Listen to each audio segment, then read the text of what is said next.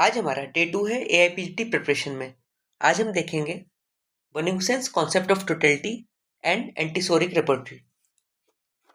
So Berningsen accepted Hahnemann's view that in the study of any disease, all the changes in sensation and functions should be noted down fully as possible. He also wrote that one single symptom, may it be ever so complete and plainly pronounced, can never represent all the signs of the disease, which is externally perceptible, nor it can enable us to guess the rest. In fact, Berningsen insisted on obtaining a complete picture of the sickness.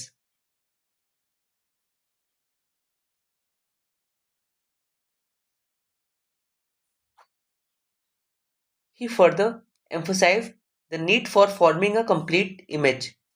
So, the things needed for forming a complete image, according to Berningsen, are constitution of the patient, mode of living and occupation. He also wrote an essay, The Selection of the Right Remedy, that the physician should first of all note down the whole condition of the patient, the cause, the reason which sustains his mode of life, the quality of mind, disposition, and body, together with all symptoms. He specifies 7 points to understand the full picture of the disease.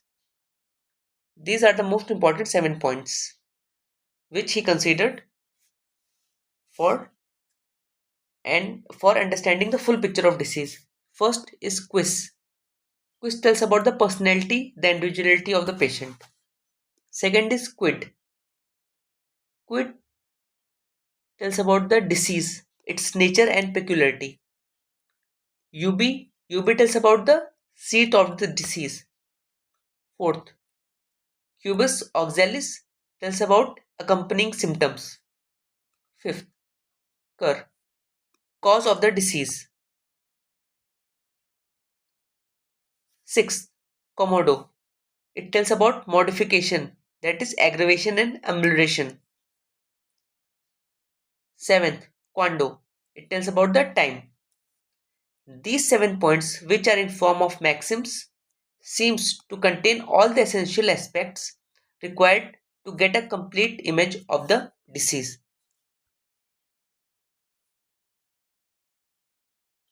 So this was the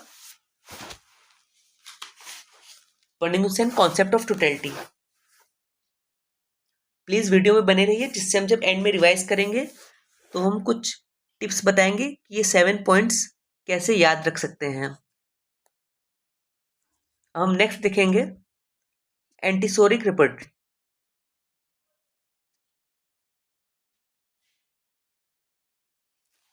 So now we come to repertory of antisoric remedies. It was the first published repertory of Berningsen. Its first edition was published in year 1832. Place Munster.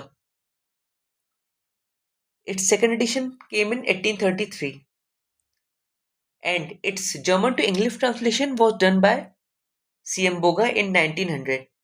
And it got the name as SAR Homeopathic Remedies, that is, a systematic alphabetic repertory of homeopathic remedies. It is considered as the progenitor of later repertories because it was the first repertory ever in homeopathy. So, this book has got preface and introduction. Preface written by C.M. Boger in 1899. Preface by Berningsen to first edition in 1832 and second edition 1833. Introduction was written by Samuel Hahnemann in 1833. But this repertory is not used today and it is extinct due to two reasons. First, faulty translation, and second is publication of BTPP. Now, what's the philosophy behind antisoric repertory? It is based on complete symptoms and concomitants. And in which aphorism in Organon do we find complete symptom? It is in aphorism 86.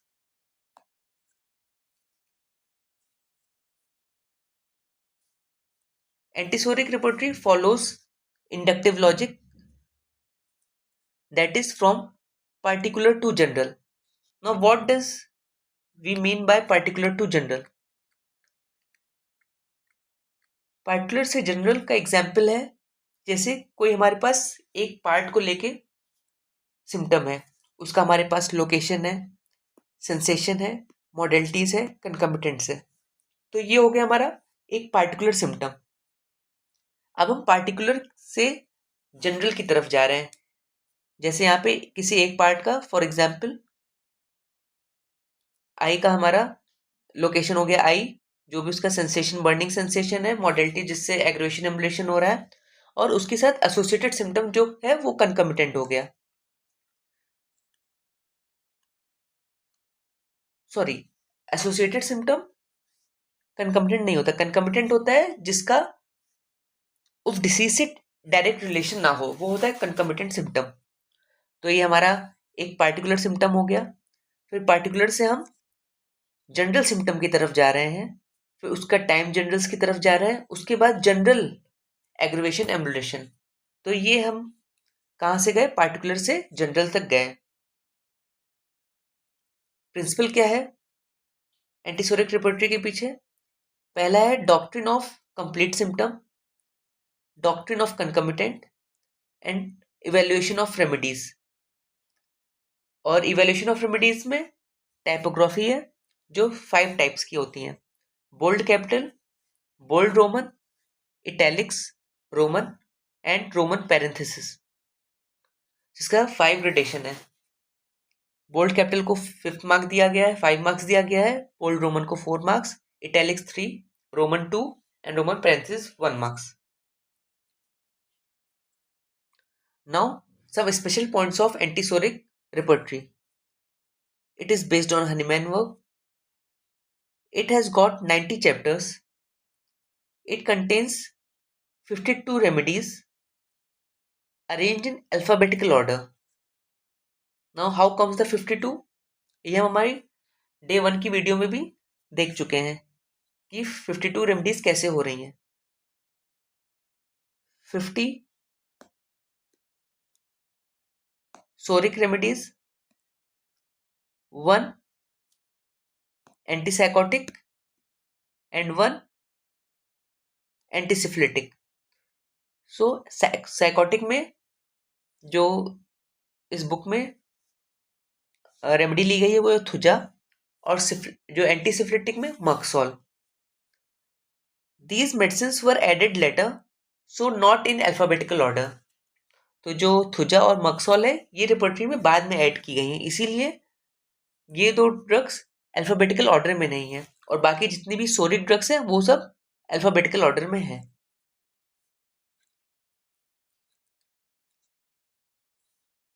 So now it's time to revise जो हमने आज पढ़ा है।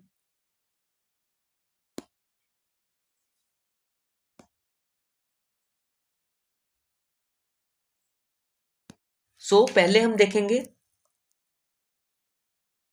Concept of totality जो बर्निंगसन के according है।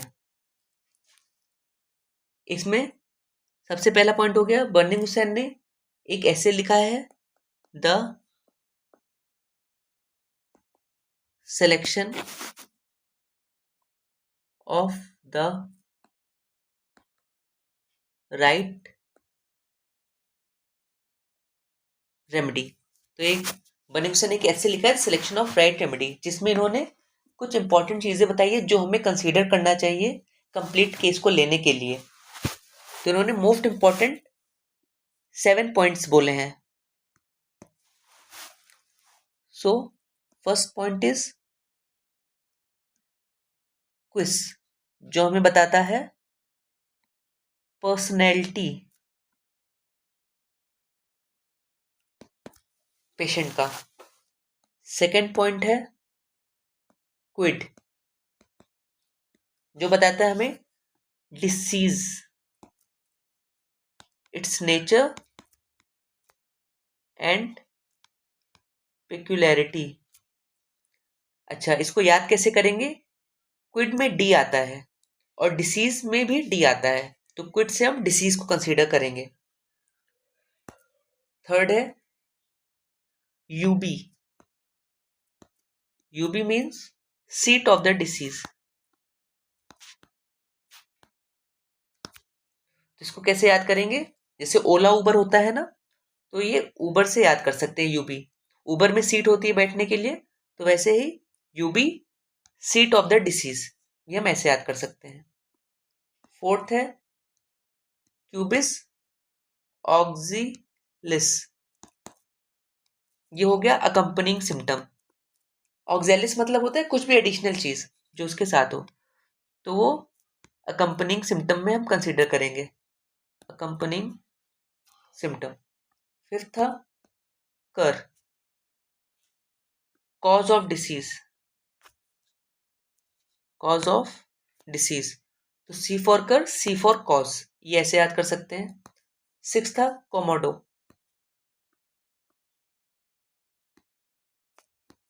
Komodo में मोडो आ रहा है, मोडो से मोडेलिटीज, एग्रीवेशन और एमुलेशन। सेवेंथ पॉइंट है कॉन्डो। कॉन्डो से हम ले रहे हैं टाइम मॉडलिटी। तो ये थे वो 7 पॉइंट जो बर्निंगसन ने कंसीडर किए थे किसी भी डिसीज के फुल पिक्चर को समझने के लिए।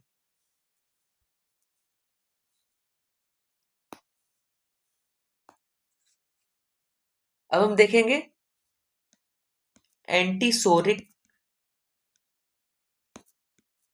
रेपर्टरी के बारे में। जो हमने आज पढ़ा उसको रिवाइज करेंगे शॉर्ट में, जो जो उसके इंपॉर्टेंट पॉइंट है। Antipsoric repertory, first point, it came in year 1832, it's first edition. Second edition 1833, and place was Munster. It was the first repertory published by Burnington, so it is also known as progenitor of all repertories. Now it has got 50 soric plus 1 psychotic plus 1 syphilitic medicine. That psychotic medicine was Thuja and antisyphilitic was Merxol.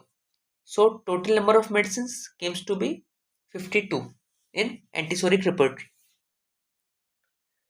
और इसका translation किया गया था antipsoric repertory का German से English language में year 1900 में।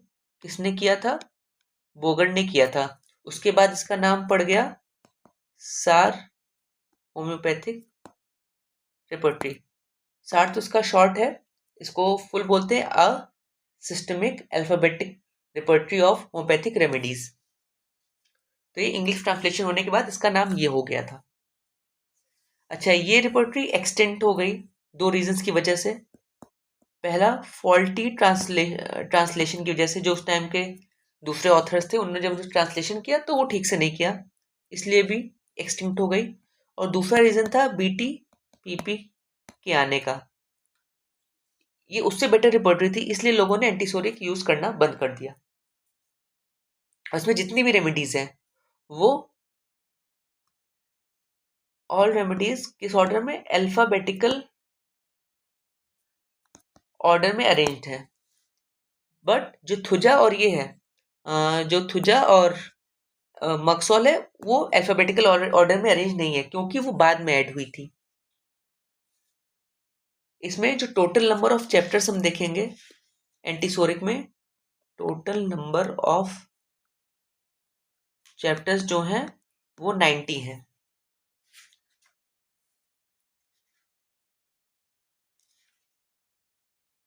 इसका जो फिलॉसफी है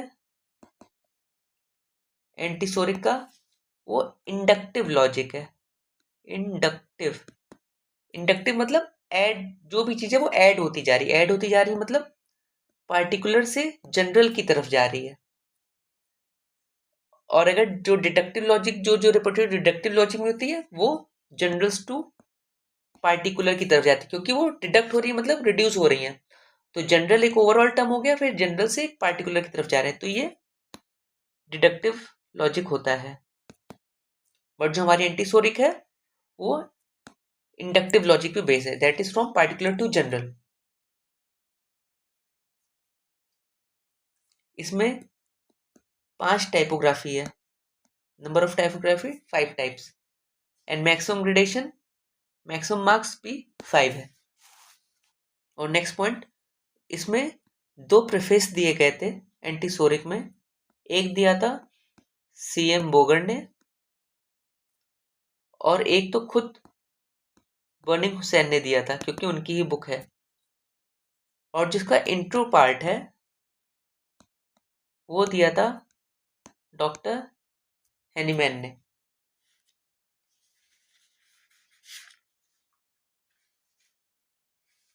तो ये हो गई एंटीसोरिक की इंपॉर्टेंट चीज़ें जो हमें एआईपीजीटी के लिए याद रखनी है। जो यूनिवर्सिटी एग्जाम के लिए पढ़ रहा है वो भी ये वीडियोस देख के अपने नोट्स बना सकता है। दोनों के लिए इक्वली यूजफुल होंगी videos. Thank you. Please like, share and subscribe the channel, and please comment to give your views on the video,